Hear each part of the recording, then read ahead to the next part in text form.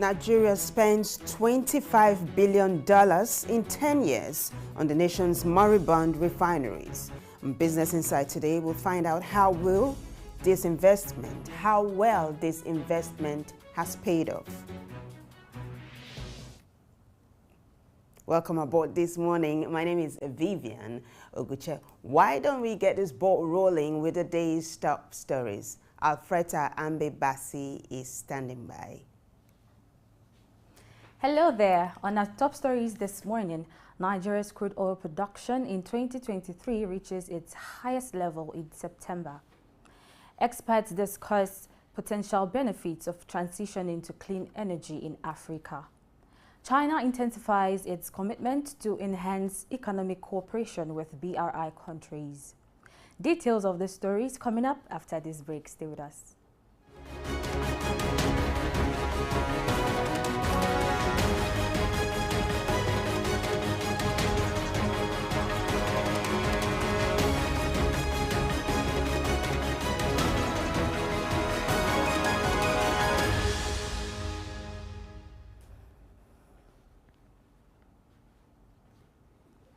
Welcome back. The Nigerian Upstream Petroleum Regulatory Commission, NUPRC, says the nation's crude oil production in 2023 reached its highest level at 1.572 million barrels per day in September. This marks an 11.4% upturn from the preceding month's output of 1.41 million barrels per day in August. The significant boost in production is largely attributed to collaborative efforts by regulatory bodies, government security agencies, and private security firms in effectively combating pipeline vandalism and oil theft. And away from that, the African Climate Forum 2023 has seen experts discussing the potential benefits of transitioning to clean energy in Africa, particularly for job creation and technological progress.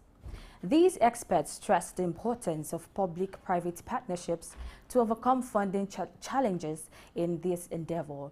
The private sector was identified as a crucial player in shaping Africa's energy transition, offering opportunities for technology development, job growth, and skills enhancement. Nigeria presented strategies for a successful energy transition, and to implement these strategies effectively, the need for diverse funding sources, strong government coordination, and incentives for private sector investments in eco-friendly initiatives were highly highlighted. And we turn to China, where China is intensifying its commitments to enhance economic cooperation with Belt and Road Initiative, BRI countries. Over the past decade, China's practical cooperation with BRI countries has grown significantly, with over 110 nations considering China an important trade partner. Imports and exports with BRI countries increased from 6.46 trillion yuan in 2013 to 13.6 trillion yuan in 2022. The World Bank projects that 2030, the BRI will generate $1.6 trillion in global revenue annually, accounting for 1.3% of global GDP. China is actively pursuing an expansion of free trade agreements to stabilize and deepen economic and trade cooperation among participants. This reflects China's ongoing efforts to foster international economic cooperation and development. Coming up next is the stock, commodities, and currency market trends. Stay tuned.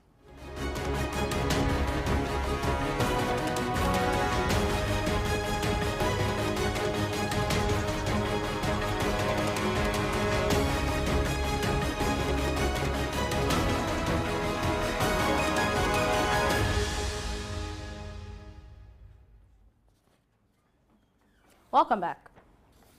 At the close of Thursday's trading session on the Nigerian Stock Exchange, a total of 309,315,910 shares were traded in 5,588 deals. This corresponds to a market value of 4,545,405,436 naira and 83 kobo. Compared with Wednesday's NGX trading day, Thursday's data shows a 25% decline in volume, but a 2% improvement in turnover. The current market capitalization of the Nigerian Stock Exchange is 36,900 billion naira. In total, 120 NGX-listed equities participated in trading, ending with 22 gainers and 9 losers. Thomas Wyatt, Nigeria, led the gainers with a 9.79% share price appreciation, closing at 2 naira and 58 kobo per share, followed by Courtview Business Solutions, Deep Capital Management and Trust, and Africa Prudential. On the losing side, Cornerstone Insurance Company came out last with an end-of-day price depreciation of 6.06% at 1 naira and 55 kobo per share, followed by AXA Mansard Insurance, Regency Alliance Insurance, and United Capital. Fidelity Bank recorded the highest volume of 61.8 million traded shares, followed by Access Holdings, United Bank for Africa, and Zenith Bank. At the close of Thursday's trading session on the Johannesburg Stock Exchange, a total of 351,430,829 shares were traded in 10,450 deals. This corresponds to a market value of 22,701,055,325 South African rand and 58 cents. Compared with the Thursday's JSE trading day, today's data shows a 2% decline in volume, a 5% decline in turnover, but a 2% improvement in deals. The current market capitalization of the Johannesburg Stock Exchange is 17,600 billion South African rand. In total, 310 JSE-listed equities participated in trading, ending with 126 gainers, 166 losers. Kibo Energy led the gainers with 100% share price appreciation, closing at 2 cents per share, followed by Sabata Holdings, Subvest Capital, and Transaction Capital. On the losing side, Trustco Group Holdings came out last with an end-of-day price depreciation of 30.99% at 49 cents per share, followed by Choppies Enterprises, Jubilee Metals Group, and Grand Road Shipping Holdings. Growth Point Properties recorded the highest volume of 28.1 million shares traded, followed by Fortress REIT Limited, First Rand, and Redefined Properties.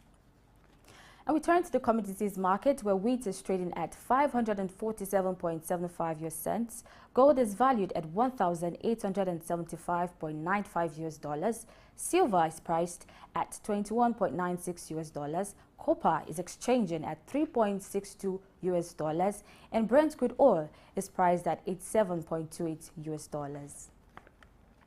And that is all we have for you on the news this morning. I am Alfreta Ambebasi. Business Insight continues with Vivian Oguche. Stay tuned.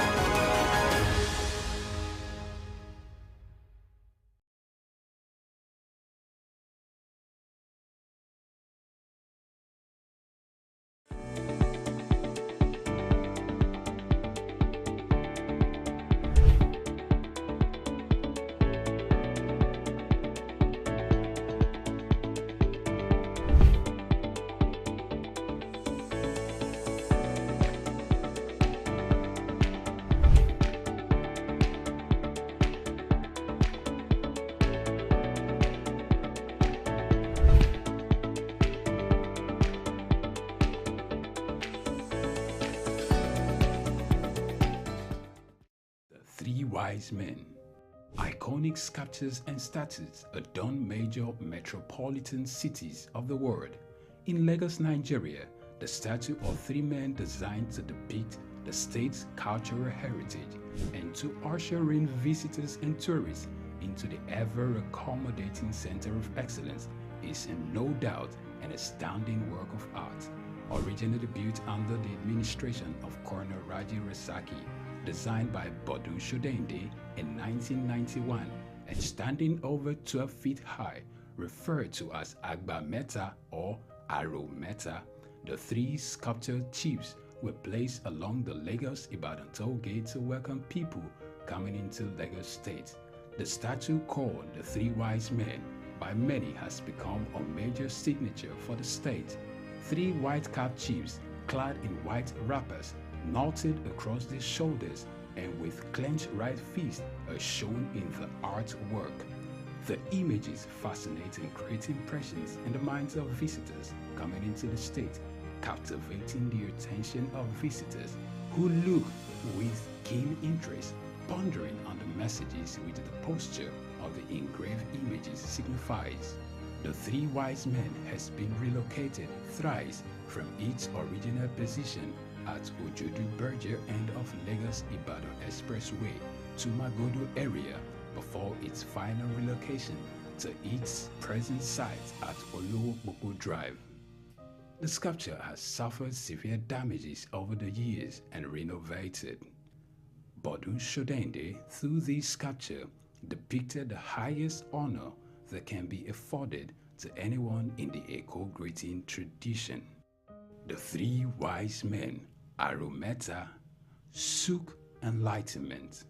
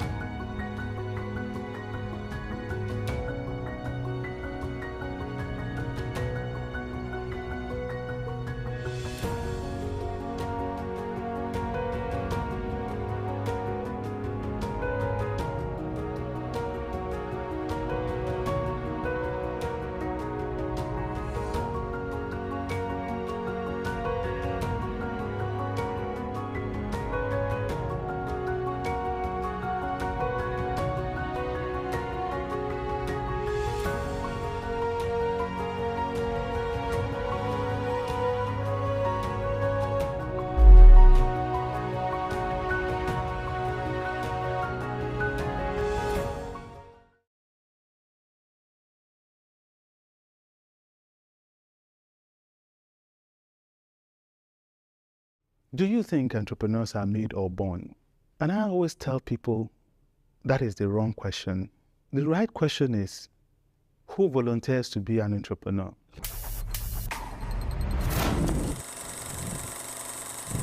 So you may know that I'm an entrepreneur in residence at Columbia Business School in New York, and I'm also on the advisory board of the Global Business School Network and the AACSB, both of which are accreditation bodies for business schools globally. And the first question I typically get asked, are entrepreneurs made or born? Second question is, what can business schools do to help entrepreneurship? Let's start with the first one. Do you think entrepreneurs are made or born? And I always tell people that is the wrong question. The right question is, who volunteers to be an entrepreneur? Because entrepreneurship is like a calling. It is risky. The mortality rate is very high, but there are a group of people that are termed mad. And those that feel that they are mad enough to change the world are the ones that change the world. They are the entrepreneurs. Certainly, myself, I don't see myself as born entrepreneur, but I'm a serial entrepreneur, and I've tried my best to do the best at each of my entrepreneurial businesses. The issue is, do you want to be an entrepreneur? Do you volunteer? Then you go and pursue your passion. That brings me to the second question, business schools and entrepreneurship. Business schools before now was a promise of when you graduate, you get a six-figure salary, especially from the Ivy League business schools. This does not hold true any longer. I remember watching a program on television in the UK about repossessions. And there was this young immigrant from Kenya who had finished her business school and unfortunately was not in a job. And she was being chased out of her apartment because she had not been able to pay the rent. And she asked a very innocent question. What did I do wrong? I've done the MBA. Why don't I have a job? Clearly, the promise that business schools will give you a six-figure salaries is totally outdated. Therefore, how do business schools help the concept and the building of entrepreneurs? And I think business schools in today's world should not just prepare their graduates to find jobs or to be job fit. I think it is essential to help people to find their purpose and their passion and to equip them to venture out to pursue that purpose.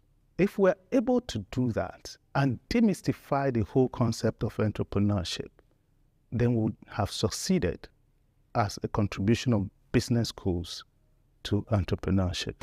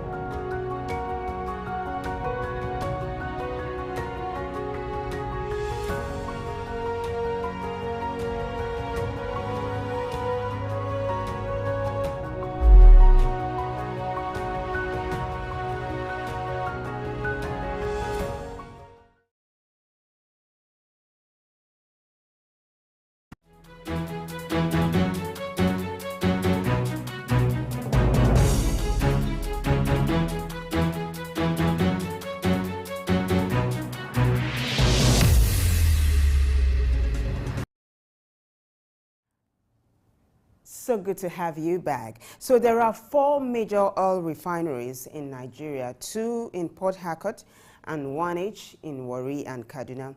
However, oil reserves are mainly found in the Niger Delta region. Now, the nation expects its 4 oil refineries to be operational by the end of 2024. In fact, Nigeria's oil minister, Heineken Ndopubiri, says he's optimistic that by the end of 2023, the refineries are going to be operational. He also said one of the refineries might start production in December this year. So for more perspective on this, I'm being joined by a petroleum engineer and a politician known for representing the National Conscience Party, NCP, during the 2015 presidential general election. He is Martin Onovo. Thank you so much, Mr. Onovo, for joining us on Business Insights today.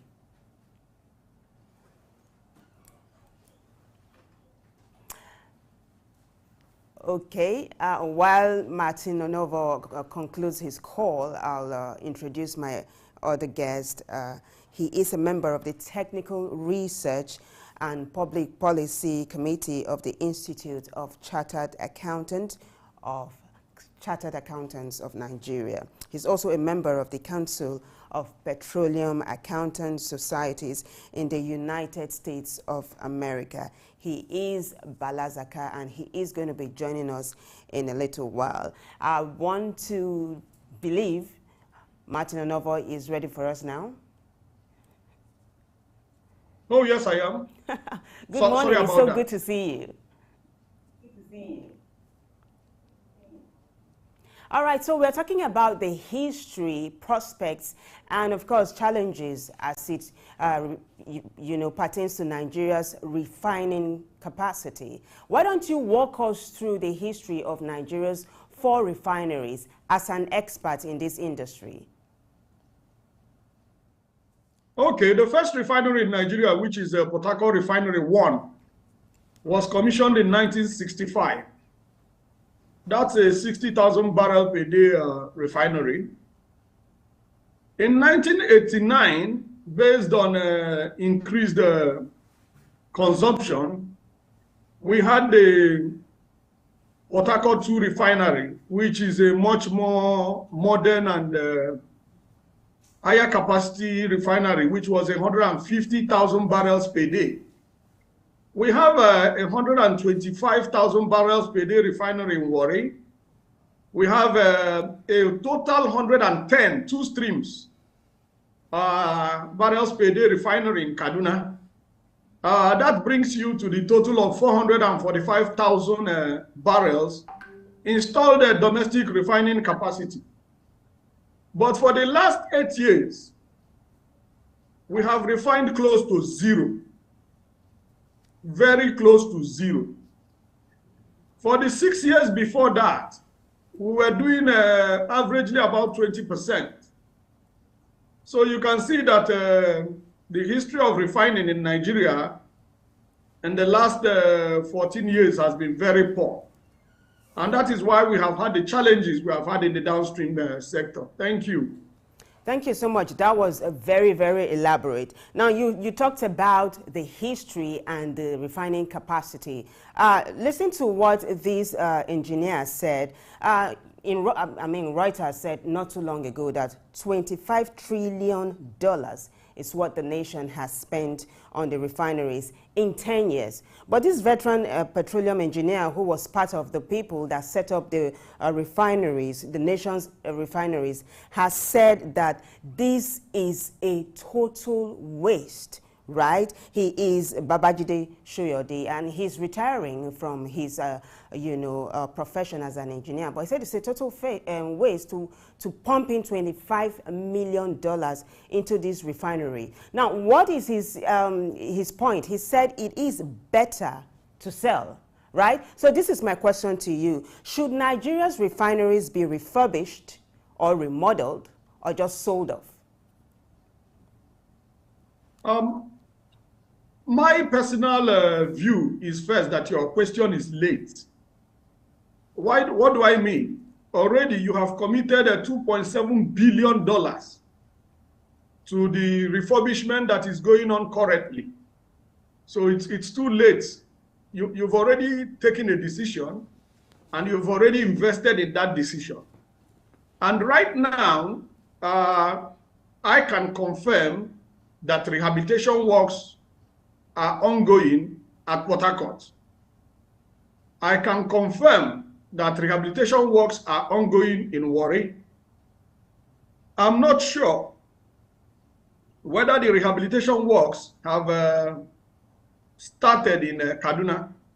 So already you have made a decision. So why should we be discussing after the decision? This is a discussion we have had over the years, but because of vested interests and ideological differences, we have flip-flopped. I'm sure you know that it was privatized at a point, it was reversed, and here we are today. I think it will be more productive if we ask ourselves, why do we have the constraints we have? Instead of, because that will help us to take the right decision. If we do a root cause analysis, I will insist that corruption and the Nigerian factor are responsible for the poor performance of the refineries.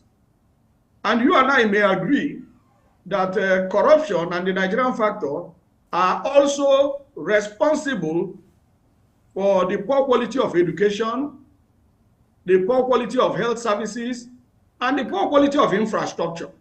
So we must understand the basic fundamental that we cannot do the wrong things and expect the right answers. If we want the right answers, then we have to consistently do the right things. Consistently. You can't do the right thing once and then expect that you're going to get all the answers right. We have to consistently, deliberately, and patriotically do the right things. Thank you. Thank you so much. So you also talked about fuel subsidy removal in the past, and I quote you, this is what you said, that fuel subsidy removal is a waste if importation continues. Do you still stand by that? Oh, clearly, but that has just been justified. That has been justified. You can't build something on nothing. The first reason you're subsidizing is because you're importing. And importing is wasteful. It is destructively wasteful. Why are you importing? Because you're not able to refine. Who are you importing from? People who are disciplined and professional and who have refined. But we are major exporters of crude oil. We're in the top 10, or used to be in the top 10. I don't have the latest information. In fact, at a point, we're in the top 7.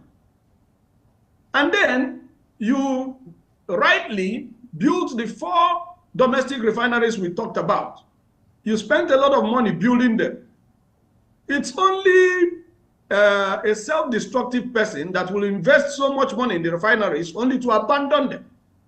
So importation is a lot more expensive than domestic refining. That's one. Therefore, if you're importing, you are exporting employment, you are exporting capital, and then it comes in more expensive. So you can see how destructive that is to the economy. If you were refining domestically, first, it will be cheaper. 2, you will be creating employment locally. 3, you will have a higher control of your energy security.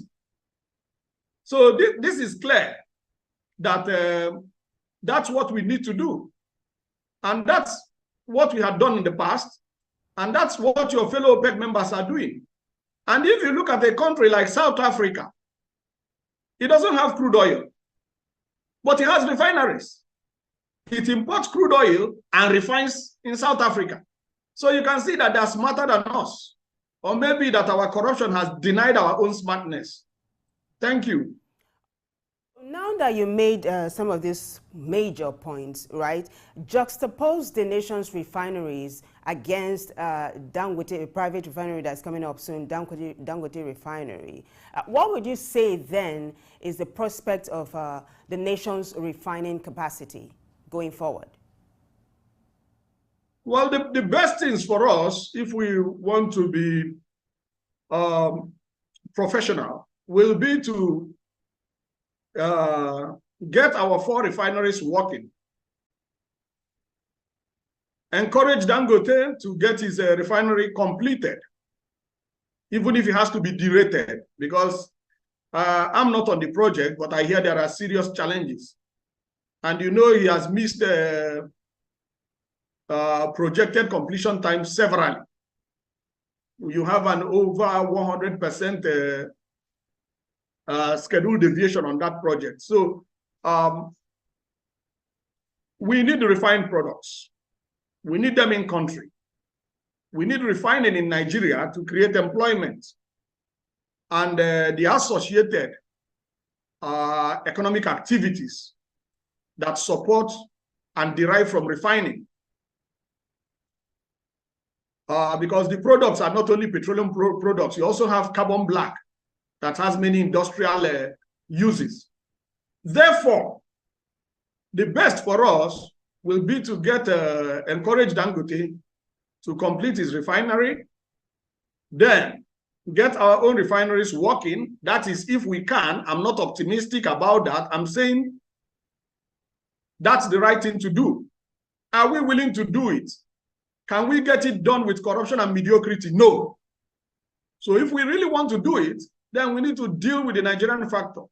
We need to deal with corruption. We need to deal with mediocrity. But if we are not,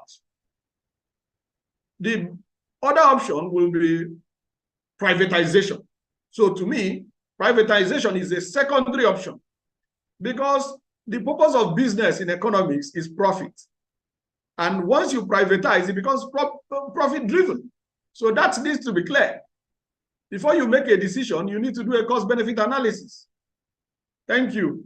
Thank you so much. So what you've succeeded in doing for some few minutes is to talk about the history, the challenges, as well as the prospects of refining oil in Nigeria in a nutshell. Thank you so much. We'll take a short break, and when we come back, this discussion continues, and hopefully Bala Zakat joins us. Stay with us. Thank you.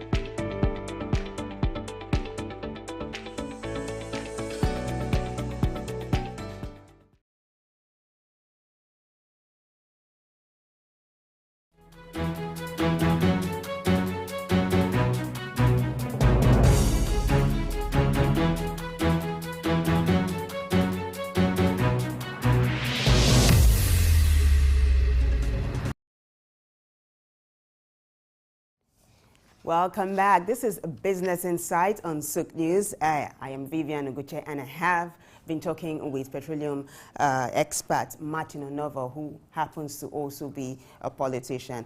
Also, I've been told that due to technicalities, Bala Zaka won't be able to join us as he's trying to catch a flight back from where he is to Lagos here. And we do hope he'll be able to join us not too long from now. So I'll continue my discussion with Martin Onovo. Mr. Martin, this morning we had in one of our news items that Nigeria's oil production increased to 1.35 million barrels per day, the highest in 2023. That's some good news, isn't it? That's good news, but I don't think it's worth celebrating, because you must remember that we have done nearly 2.4 before. So let us not accept mediocrity. So now that we are talking about producing 160 barrels per day at the end of this year, what would you like to see as regards the quality of petroleum produced when these refineries kick off production? Well, we have our what we call NMPC spec. So everybody will comply. All the refineries are designed to meet the spec. So it won't be a problem as long as we maintain our standards and professional competence. That will not be a challenge. The real challenge now, from my insider information, is that the rehabilitation in Port Harcourt particularly is already having significant Nigerian factor challenges and is lagging behind the schedule. So even the new date of December 2023, I'm not sure anybody can guarantee that until the challenges on site are overcome. When you were talking about, creation of jobs for more Nigerians when these refineries kick off production, it was very germane. So I would like for you to talk to us some of the other products that can be found in crude oil. So when we talk about refining crude, it's not just petroleum oil. It's not just petroleum. You have other products as well. As an expert, do you want to tell us some of these other products that we'll be expecting to see when production kicks off? Well, first is that every refinery doesn't have the same design, and crude oil quality varies. That's from a general point of view. But in this case, our refineries produce naphtha. They produce what you and I call petrol, premium motor spirit. They produce diesel. They produce fuel oil, which is mostly for heating. They produce asphalt and bitumen. They also produce carbon black, which also has many industrial uses. The others, I expect that you know their uses. They produce kerosene, and the higher quality of kerosene, which is aviation fuel. That's your aviation fuel. So that's a higher quality of kerosene. So it's a long list of products. Of products, and I mean, if it comes to fruition, of course, it will be something very good for the nation. Nigeria has over 200 million people, right? And it has been said by the NNPC that the nation is to become a net exporter of petroleum products in 2024. 2024 is just months from 2023. I mean, do you foresee this happening? Do you think production will be enough for the Nigerian population talk more of exporting in 2024? No system works without integrity, no system. And that's what the mistake I see we have made in many sectors of our Nigerian life. We think systems can work without integrity. No system will work without integrity. This same NNPC had told you that the refineries will be back in 2017. Thereafter, they changed it to 2019. So it's a lot of unprofessional things that are going on in the country. And The basis, if you ask me to estimate or to conjecture the basis of the NNPC projection, I will say it is the projection that the Dangote refinery is going to come up first quarter, and that the rehabilitation is going to be concluded in December. If those two things happen, then the NNPC will be right. But if those two things don't happen, then the NNPC will be wrong. So it depends on what we do today. From my insider information, I know that the rehabilitation in Port Harcourt is having challenges that can easily be overcome, but those challenges have been there for months. So if we overcome those challenges, then even if it doesn't happen in December, then maybe it will happen in January or in March. So if you do the right things, you get the right results. If you do the wrong things, you get the wrong results. The accuracy of that projection will depend on if we're able to do the right things. Thank you. Thank you too. So I would like to ask, by the time the nation starts producing oil, will it pull down the price of oil? The price of PMS, you mean? Yes. Oh, definitely. Oh, definitely. It is more expensive to import. And it is not just in one direction, because don't forget, the same crude oil that you take abroad to refine, you pay transportation, you pay port charges, you pay management fees, you pay taxes in the country where you refine. So all these are very wasteful. Just ask yourself, you're the only one that is behaving like this. Nobody else behaves like this. Niger Republic is not behaving like this. Ghana is not behaving like this. What is wrong with us? Until we admit that something is wrong with us, we will not address it, but we keep pretending and trying to cover up our failures with political correctness. We need to admit that something is wrong, because something is obviously wrong, and everybody knows something is wrong. And all over the world, people are laughing at us. And it looks like we are also becoming shameless, because if people laugh at you, you should ask, why are they laughing at me, and try to correct yourself if you're wrong. But the way it is now, it looks like we don't even give a damn. So the impact of domestic refinery is very significant, because even part of the pressure on your naira is because of the cost of importing products, which is enormous. Thank you. Thank you so much. So let's talk about the issue of illegal refining that's been a case and which government has been trying to curb for a while now. What do you think should be done to put that case to bed once and for all, so that this thing would increase the nation's production at the end of the day? First, I would want to disagree with your premise that government wants to curb it. I don't agree with that, because if government wants to curb it, government can curb it. That's number one.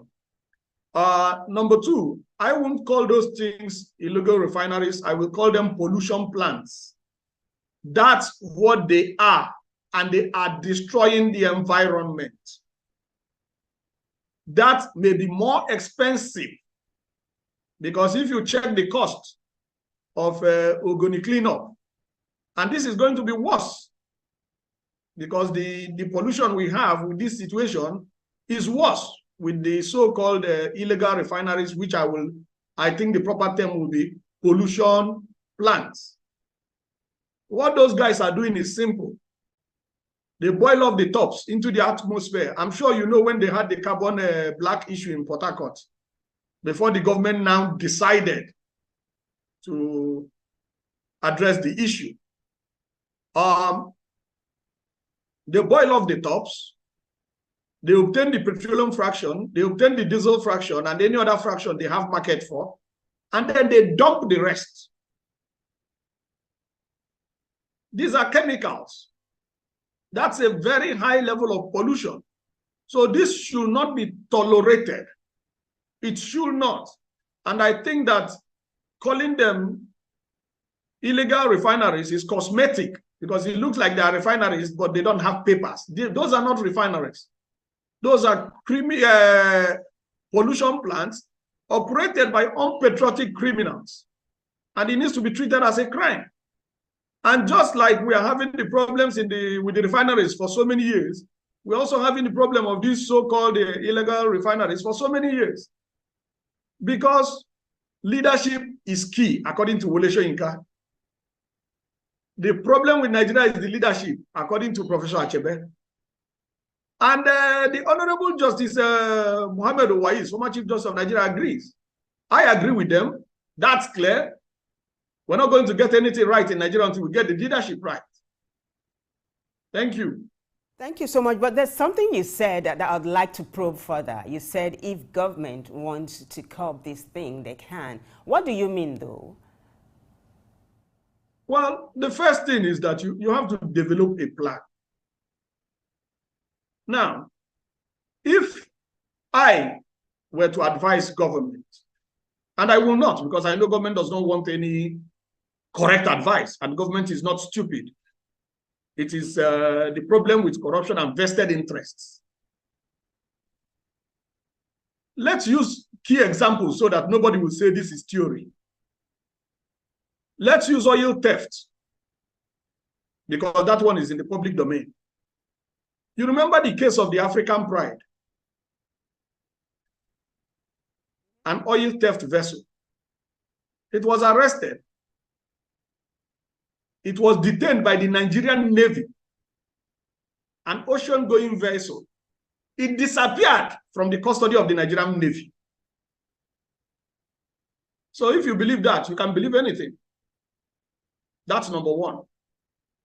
Number two, the case, I think last year, of the heroic Idun, the one that was eventually arrested in Equatorial Guinea. It came to Nigeria, he loaded 3 million barrels at $100 per barrel. That's $300 million. You do that 3 times, that's $1 billion. Nigeria doesn't have it. You're borrowing every day. You just borrowed $800 million. If you do what heroic Idun did, you do it 3 times, you have $900 million. And yet, you claim that the country has a poor revenue stream. So this is all self-deceit that a section of the media promotes, because I've talked about vested interests. Now, lately, the one that was destroyed, MT Turatu. So these things are there. In the same way, the illegal refineries are there. They are physical. You can see them. And they've been there for a while. And you have DSS, you have police, you have JTF military. And these things are there. They have tanks, they have barrels. So it's easy to see. Ordinary drone flying over will show you all their locations. You can stop all these things. So it's the political will to stop it. That's the real case. It's not a case of we cannot stop it. That's deceitful. There's too much money involved. And I've seen a video, maybe you saw it too, of the traditional ruler who said the people doing this are in government. So we know that it's only people in government that can do this thing. I've been in the Nigerian oil fields since 1989. I know that it's only people who are in government that can do these things, because there are too many checks. If we couldn't arrest an ocean-going tanker, how did Equatorial Guinea, a small country, arrest it? Do you realize that heroic Idun, arrested in Equatorial Guinea, loaded at an authorized loading point? So maybe it is journalists that did that. I don't believe it's journalists that did that. You have to be in power to do such a thing. To bypass the Navy, get clearance to load at a terminal, load and sail off. It's not that simple. So it's only people that are very high in government that can do this. And one person cannot do it. It's a syndicate. And the same syndicate comes and complains that the revenue stream of the country is very weak. So we're making a fool of ourselves. And the media celebrates the information. It's unfortunate, because energy reporters should know better. And you can see the cost of mediocrity. Because when an agency reporter reports falsely, the public believes the falsehood. So if you know the size of Heroic Idun, you will know that it is impossible for Heroic Idun to come here and load without everybody being aware. And it loaded at an authorized terminal. Don't forget that. Coming here. So it was duly loaded. This is why we are having conversations like this right here on Souq News. We try to bring the truth to the fore, right? I mean, it's what we do here, and that is why we've brought you here. Now, the original purpose of the PIB was to have one comprehensive and updated law that regulates the entire Nigerian petroleum industry. But you said in an interview in the past that the Senate's passage of the PIB has heavy unproductive costs. Would you elaborate? Well, the first thing is, let me agree with your preamble. That was the original intention. And the official that theorized it was the advisor to the president on petroleum, Dr. Boga. The whole idea was investors do not understand the economic environment and the legal environment for investment in Nigeria, because as at then, we had nearly 20 different laws on 20 different aspects of the petroleum industry. So an investor may not be aware. He may just see the Petroleum Act, and that's all the information he has. But there were so many other acts that an investor would benefit from if he has the information in those acts. Therefore, Dr. Boga said, no surprises.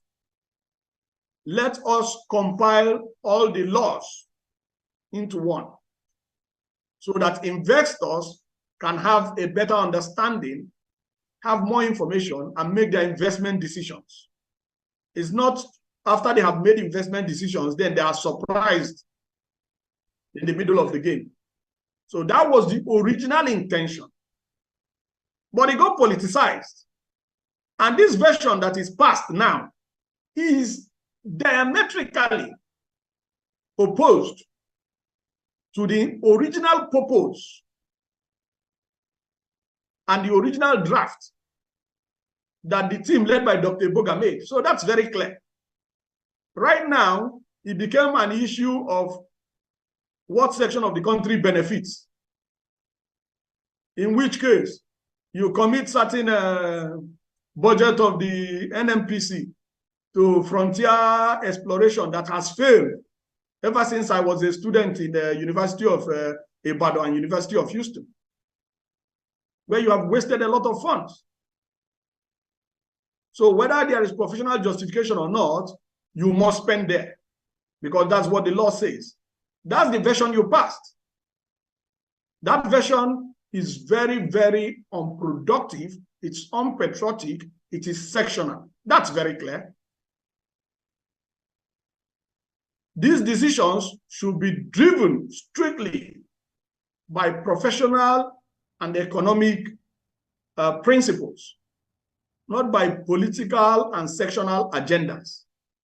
When you drive such critical decisions with political and sectional agendas, you get political and sectional answers. If you drive them with professional and economic principles, then you get your economic boost and your professional excellence. So it goes back to the universal rule of you reap what you sow. You can't do the wrong things and get the right answers. To get the right answers, you do the right things. We are wrapping up now. So in a few seconds though, what will be your final take as regards the prospects of Nigeria's refining power? Well, we need to fix it.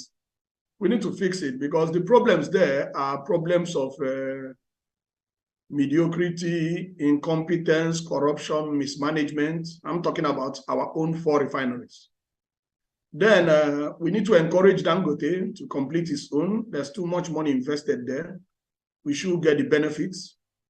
And I have not heard him complain, because this former CBN governor was saying he has paid up some of the loans. So that means he may have financial capacity to complete the refinery. If he does that, we have over 1 million barrels. If we have over 1 million barrels, it means we can export products. If we export products, it means we can get a lot more revenue than you get from crude oil. And the market is there, just here in the West African coast. So you can see, if we can get refining going to the tune of 650 plus 495, which is going to be 1,095,000 barrels per day, and we're not going to consume all that, then we can export a lot more of products and completely export very little crude oil, because there's value added to the product, and then you get a lot more money. And I repeat again, the market is available, so don't worry about the market. The West Coast market is available. Thank you. Thank you so much, and that's a safe place to land. Martin Onovo is a petroleum engineer and a politician. Thank you, Martin, for being a part of the show. We do hope when we call on you again, you will answer us. We're available to continue to contribute to national development. Thank you very much. Thank you. And that is our show for today. Thank you to everyone that made the show a success. A bigger thanks to you for watching. It's Friday, right? So I get to wish you a happy, happy weekend. Until I come your way again, same time, same station next week. Have a fantastic weekend. Bye.